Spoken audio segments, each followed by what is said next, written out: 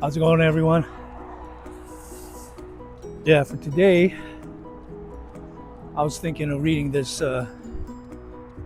poem that I came across in one of the groups that I attend during the week. I attend about 4 different groups. They're not all recovery groups. They're more like social groups. One of them is a circle group that I attend at the cafe that I work at. And then I attend this boost meeting through the Recovery Cafe network. And that's where this poem was offered.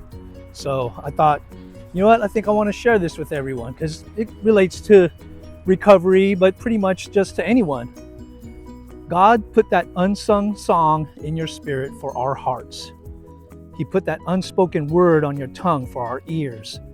And He put that undone deed in your body for our world. Your unsung song is our anthem. Your untold story is our history. Our prophecy, we need it, we need you. You will be someone's ancestor, act accordingly. It's a partial poem by Amir Sulaiman. You will be someone's ancestor, act accordingly. And he's from Seattle, Washington. And the following questions are like prompts to think about. How has your family history or your knowledge of it helped to shape you as a person for better or worse? And what stories do you carry? And I thought that was a great reflection because we're all carrying a story inside of us. And sometimes we carry that story for way too long. Now, granted, those stories can shape us, right? We don't want to lie to ourselves and act as if something did not happen. But we also don't have to accept the fact that we can repeat that story over and over again. There's ways to change it. Granted, it takes a lot of work. It's not just as simple as deciding you're not going to, although it does begin with that. It also takes a lot of work, a lot of exploration, acceptance, forgiveness, some kind of spiritual practice to help you cope when the memories start to arise. Yeah, like I'll share a quick story. For me, when I was first starting to understand my own addictions, I asked my parents if there were any alcoholics in our family, and both of them said no. Later on, it took years for me to learn that in some cultures there is no such thing as alcoholism, right? I remember a story my dad shared, my late dad. He said in his household, if you got drunk at 6 years old and passed out on the floor, they put a blanket on you.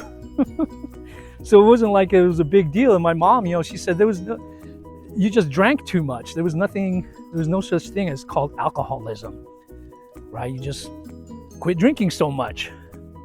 So those are the stories I remember. And, it's taken years to unpack. What I've taken from it now at this stage of my recovery is that that history is in me. That history can be passed down to my family, even though there may not be anything in particular that causes an addiction. I mean, we like to blame it on trauma a lot, but sometimes, people just get into a bad habit. I've heard stories of people who are saying that, it wasn't like, something caused them to become an alcoholic. They just started drinking so much and they couldn't stop. And after a while, that's the only way they felt normal. So, there's different kind of ways that we can become lost, really is what it is. Whether it's an addiction, or something else, it's all recovery. We're all recovering from something. So hopefully that reflection helped you. See you around.